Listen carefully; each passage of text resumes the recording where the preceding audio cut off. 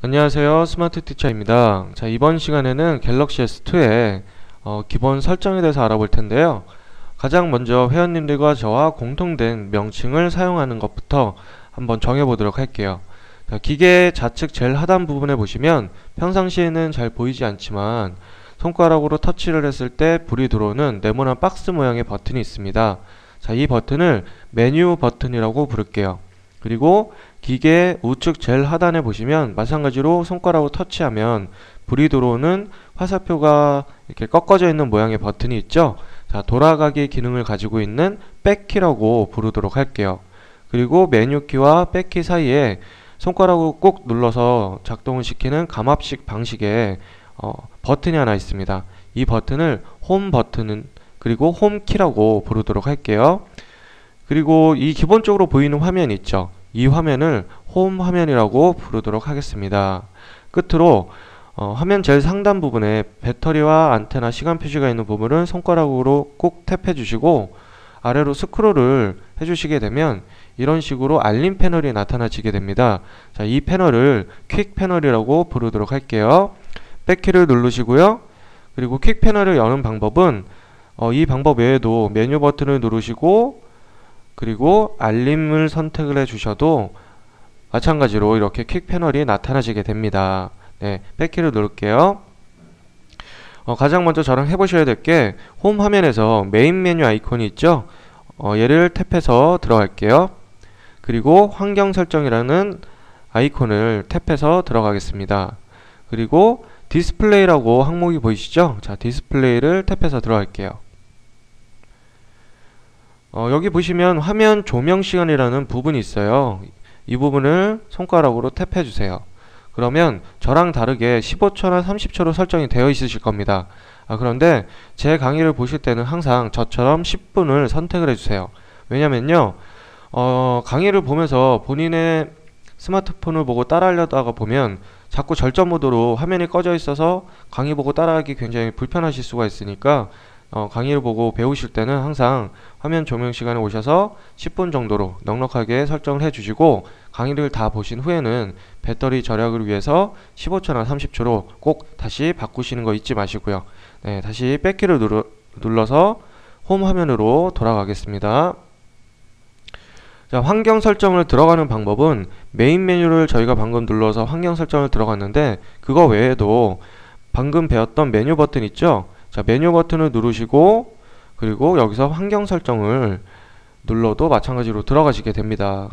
그런데 들어갈 수 있는 방법은 여러 가지지만 저랑 회원님들이 공통된 방식을 사용해야 서로 헷갈리지가 않기 때문에 저는 홈 화면에서 메인 메뉴 아이콘을 탭하고 그리고 환경 설정 아이콘을 탭해서 설정으로 들어가는 방식만을 사용하도록 할게요. 대부분의 갤럭시 S2를 사신 분들은 처음부터 스마트폰을 너무너무 사고 싶었던 분들도 있겠지만 기본적인 지식이 없이 스마트폰을 사신 분들이 꽤 많으실 거예요. 그래서 대부분의 핸드폰을 쓰다 보면 뭐 통화 설정 이런 것들은 낯이 익는 것들이지만 무선 및 네트워크라든지 뭐 응용 프로그램, 계정 및 동기화 같은 다소 낯설은 단어들이 있으니까 이런 거를 저랑 함께 간단하게 한번 언급해 보도록 하겠습니다. 우선 가장 상위에 있는 무선 및 네트워크를 탭해서 들어갈게요. 자, 들어가면 제일 위에는 비행기 탑승 모드가 있죠. 뭐 핸드폰도 똑같았지만 비행기를 탑승했을 때 설정하면 되는 부분이고요. 밑에 와이파이 설정이라는 게 있어요. 자, 드디어 스마트폰을 사셨기 때문에 3G와 와이파이에 대해서 기본적인 개념을 아셔야 됩니다. 가장 먼저 아셔야 될 게 자, 와이파이와 3G 둘 다 무선으로 인터넷을 사용할 수 있는 그런 서비스인데 3G와 와이파이의 가장 큰 차이점은 3G는 적절한 자기의 본인의 요금제에 따라서 무제한으로 무료로 쓰실 수도 있고 아니면 요금이 부과될 수도 있습니다. 그리고 와이파이 같은 경우는 공짜예요. 대신에 와이파이가 잡히는 아니면 와이파이를 쓸 수 있는 암호를 아셔야지만 사용을 하실 수가 있어요. 그런데 3G와 와이파이의 또 다른 차이점은 3G보다 와이파이가 속도 면에서도 훨씬 더 빠릅니다. CF에서도 간간히 나오죠. 속도 면에서도 굉장히 와이파이가 더 우수하고요. 그리고 무엇보다 배터리적인 부분에서 배터리 소모적인 부분에서도 3G보다 와이파이가 배터리 소모가 훨씬 더 적어요.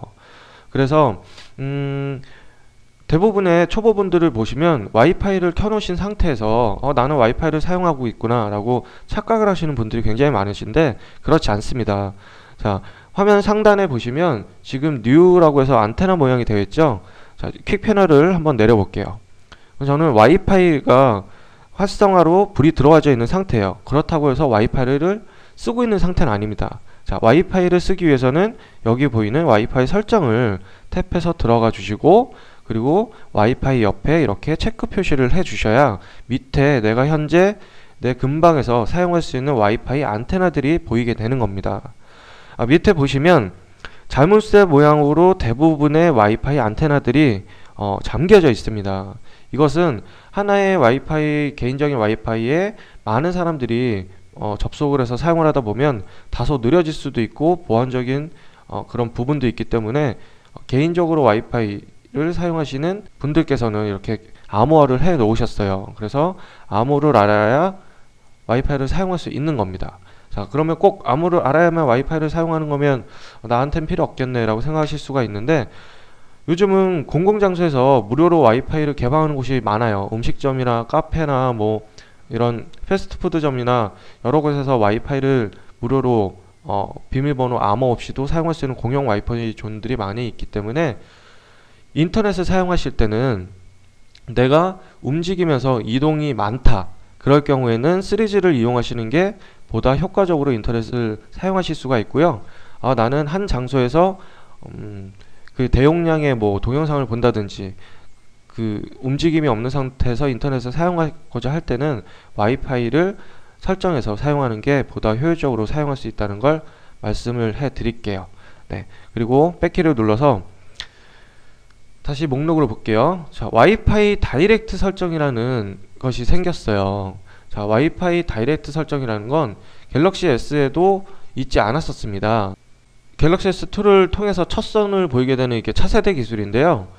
간단하게 정의를 내려보자면 와이파이를 지원하는 단말기, 스마트폰이라면 종류를 불문하고서 별도의 액세스라는 포인트 없이도 와이파이 통신을 이용해서 그 해당 기기로의 파일을 전송이 가능한 그런 서비스거든요. 초보분들에겐 이 말이 어려우실 수가 있습니다.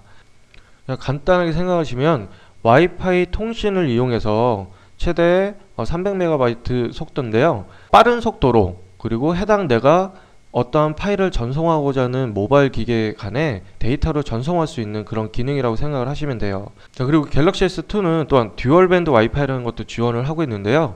이것은 간단하게 설명을 드리자면 기존의 스마트폰에 있어서의 그 통신 속도보다 최대 5배 이상 빨라진 속도로 인터넷을 사용하게 가능해주는 그런 기술이에요. 그래서 최신 기술의 집약체라고 할 수 있습니다. 그리고 그 밑에 보시면 와이파이로 키스 연결인데, 기존의 갤럭시 S로는 꼭 PC를 통해서만 키스를 연결을 해서 어떤 이제 데이터라든지 그런 걸 정리할 수가 있었는데, 이제는 선이 없이 이렇게 무선으로도 키스를 관리할 수 있는 그런 기능이 추가가 되었습니다. 자, 블루투스 같은 거는 뭐 여러 번 접해 본 적이 있으실 테니까 언급을 하지 않도록 하겠고요. 그리고 여기 밑에 보시면 테더링 및 휴대폰 핫스팟이라는 게 보이죠? 자, 이 부분은 뭐냐면요, 예를 들어서 설명을 드리면, 자, 휴대용 와이파이 핫스팟을 온 상태로 키시고요, 활성화를 시키고 나서 갤럭시 S2를 USB로 노트북에 연결을 시키게 되면 인터넷이 연결이 되게 됩니다. 물론 USB를 꼽은 뒤에 USB 테더링을 체크를 해 주셔야 되는데, 이렇게 하게 되면 갤럭시 S2의 무선 통신을 이용해서 노트북으로 인터넷을 사용할 수 있게끔 하는 그런 기능이라고 생각을 하시면 돼요. 그리고 밑에 보이는 VPN 설정 같은 경우는요, 기존에는 이제 선을 내가 USB 케이블을 이용한다든지 해서 PC에 연결을 해서 사용을 했었는데, 무선으로 내가 PC에 접속할 수 있는 그런 설정을 할 수 있는 기능입니다.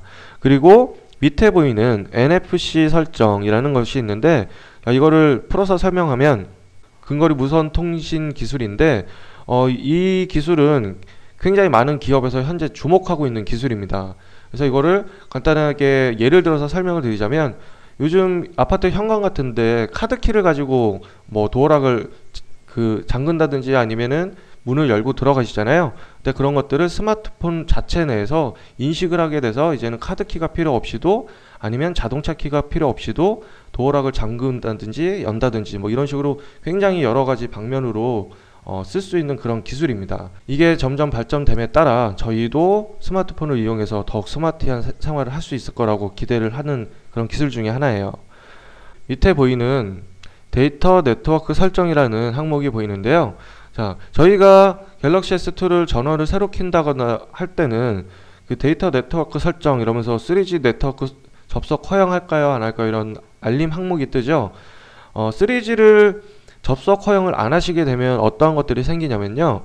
문자를 길게 남길 때 있죠. MMS라는 문자를 남기게 될 때 3G 접속 허용을 하지 않으신 상태가 되면 그 문자를 수신 또는 발신할 수가 없습니다. 그래서 상대방이 예를 들어서 자, 요즘은 그 돌잔치라든지 결혼식 같은 경우에 문자로 초대장을 이렇게 발신하시는 그런 분들이 많으시잖아요. 그런데 접속 허용을 차단을 하시게 되면 MMS를 수신을 할 수가 없기 때문에 보내신 분의 초대장을 받으실 수 없게 되는 겁니다. 그래서 상황에 따라서 본인이 잘 판단하셔서, 저는 기왕이면 항상 3G 접속 허용 여부는 허용함을 선택을 하는 걸 추천을 해드립니다.